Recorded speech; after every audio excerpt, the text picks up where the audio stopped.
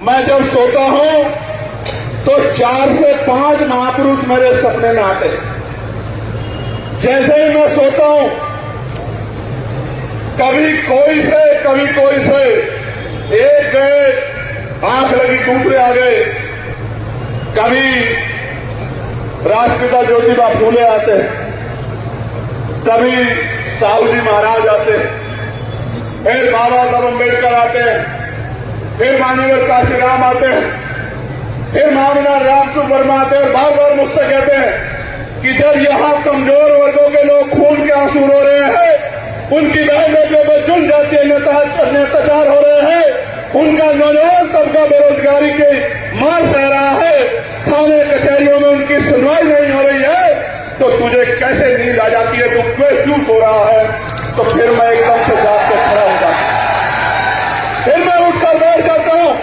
मेरे परिवार के लोग पूछते हैं क्या हो गया है, क्यों ऐसे अचानक उठे हो? तो मैं उनको एक ही बात कहता हूं कि अभी महापुरुषों का काम अधूरा है, उनके सपने अधूरे हैं। अभी सोने का नहीं, जागने का समय मेरे लोगों। मैं आपको भी कह रहा हूं, वो बार बार मुझे लौटते हैं, मेरे कपड़े खींचते हैं, मुझसे पूछते हैं कि क्यों नहीं कमजोरों को इनका अधिकार दिला पा रहे। मैं हमने लोकतंत्र दे दिया, हमने संविधान दे दिया, हमने अधिकार दे दिए, संगठन बनाना सिखा दिया, लोगों को भाईचारा बनाना सिखा दिया, गरीबों की जोड़ के ताकत बनानी सिखा दी। फिर ऐसी क्या बात है कि आप लोग इस राजकाज को बना के गरीबों को इनके अधिकार नहीं दिला पा रहे? तो फिर मैं सोचता हूं कि बात तो उनकी सही। मैं आपको भी पूछना चाहता हूं, क्या कोई कमी बाकी है अब हमारे संघर्ष में? आप बता, कोई ऐसी कमी जिसके बाद जिसको पूरा करना बाकी हो, जिसके बाद आप कमर कस लो और जिस तरह 8 घंटे पेट पालने के लिए संघर्ष करते हो, तो 1 घंटा अगर आप दिन का निकाल के भाईचारा बनाने के लिए लोगों को जगाने का काम करते हो, मैं गारंटी से कहता हूं कि 2027 में ही बदलाव हो जाएगा और नीले पट्टे वाला आजाद समाज पार्टी का कोई ना कोई कार्यकर्ता 5 कालिदास मार्ग में बैठेगा। मेरी बात को आप याद रखें। और जिस दिन 5 कालिदास मार्ग में किसी किसान, कमजोर, दलित, पिछड़े, जाति के आधार पर नहीं, विचार के आधार पे, जाति वालों का तो मैंने आपको बता दिया कि डीएम नहीं आता, एसडीएम नहीं आता, एडीएम नहीं आता, एसएसपी नहीं आता, और थप्पड़ खाने पड़ते हैं और मंचों पे रोना पड़ता है। जो बाबा साहब फूले, साहू, पेरियार, काशीराम साहब के विचार को मानने वाला हो, जब ऐसा आदमी, ऐसा आपका बेटा, आपका भाई, आपकी बेटी जब 5 कालिदास मार्ग में बैठेगी तो या बैठेगा, तो मेरी बात को याद रखना, आपको किसी दफ्तर के बाहर जाकर लाइन नहीं लगानी पड़ेगी। मेरे को लोग याद रखना, जिस काम के लिए आप दफ्तरों के बाहर लाइन लगाते हो, वो काम करने के लिए अधिकारी आपके मोहल्ले में आके टेबल कुर्सी लगा के आपका काम किया करेंगे। मेरी बात को आप याद रखना। ये चंद्रशेखर आजाद का वचन है आपको, ये वचन है चंद्रशेखर आजाद का आपको। जिन अधिकारियों के दफ्तरों में आज इस सरकार में आप पूरे दिन कागज लेके बैठे रहते हो और कोई सुनने वाला नहीं होता, और अधिकारी बड़ा आदमी आता है, पैर सीधा अंदर जाता है, मिल के चला जाता है, और जब अधिकारी कमरे से बाहर निकलता है तो घूरते हुए कि पता नहीं कहां से आते गरीब लोग।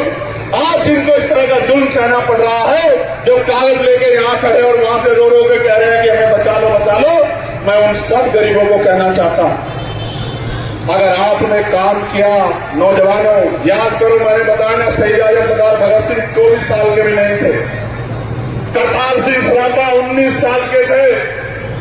मैं आपको कहना चाहता हूं, अगर आपने अपनी शक्ति को पहचान लिया और मेरी बात पे पहरा देके आपने काम किया, भाईचारा बनाया, एक एक वोट को तैयार किया, संगठित करके आजाद समाज पार्टी का बटन दबाया, तो मैं आपको कहना चाहता हूं कि किसी गरीब को किसी अधिकारी के दफ्तर के बाहर बैठकर इंतजार नहीं करना पड़ेगा। जब वो गरीब, हालांकि समस्याओं का हल तो योजनाओं से हो ही जाएगा, लेकिन कहीं कोई घटना होगी तो उस जिले के अधिकारी चैन से नहीं सोएंगे, वो भी उसी हालात में रहेंगे जिस हालात में गरीब परिवार हमारे रहते हैं। मेरी बात को आप याद रखें। प्यारे साथियों, यहां गुलजार की बड़ी समस्या है या नहीं है बताओ? मेरे यहां पर भी उधर नगीना में है। आपने देखा होगा 4-5 दिन पहले मैंने इस मामले को उठाया और मैं आपको बताना चाहता हूं सरकार किस तरह हमसे भेदभाव करती है। गौर से सुनो, इन बड़ी बड़ी गाड़ियों वालों को गुलजार कुछ नहीं कहता, नहीं कहता ना। आपने सुना भेड़िए ने गुलजार ने किसी गाड़ी वाले को पकड़ लिया? नहीं पकड़ता ना। क्यों नहीं पकड़ता? कि ये बड़े बड़ी गाड़ियों वाले अपनी गाड़ी से निकलते हैं, साइकिल से, पैदल से, मोटरसाइकिल पे कौन निकलता है? आपके मेरे परिवार का व्यक्ति, किसान मजदूर निकलता है ना, उनके बच्चे बच्चियां। तो जब ये निकलते हैं तो गुलजार इनको उठा ले जाता है, इनको मार देता है। आपको जान का अचरज होगा, महाराष्ट्र में अगर कहीं गुलजार हमला कर दे, कोई वन्यजीवी हमला कर दे और किसी की जान चली जाए तो 20 लाख रुपए का मुआवजा मिलता है। कितने लाख का? 20 लाख का। और उत्तर प्रदेश में कितने लाख का मिलता है? 5 लाख का। कितने लाख का? वहां भी डबल इंजन की सरकार, यहां भी डबल इंजन की सरकार। और 2023 में केंद्र की सरकार ने 5 लाख की राशि बढ़ा के 10 लाख कर दी थी, लेकिन उत्तर प्रदेश की निकम्मी सरकार ने, ढोंगी सरकार ने 5 लाख रुपए से एक पैसा नहीं बढ़ाया, जबकि दूसरी जगह पे 20-20 लाख रुपए मिल रहे हैं। मैं आपको बताना चाहता हूं, उनको पता है गुलजार किसी अमीर को, किसी नेता, किसी पैसे वालों को नहीं ले जाता, उसके बच्चों को नहीं मारता, गरीबों को, किसानों मजदूरों के बच्चों को मारता, तो मारने दो।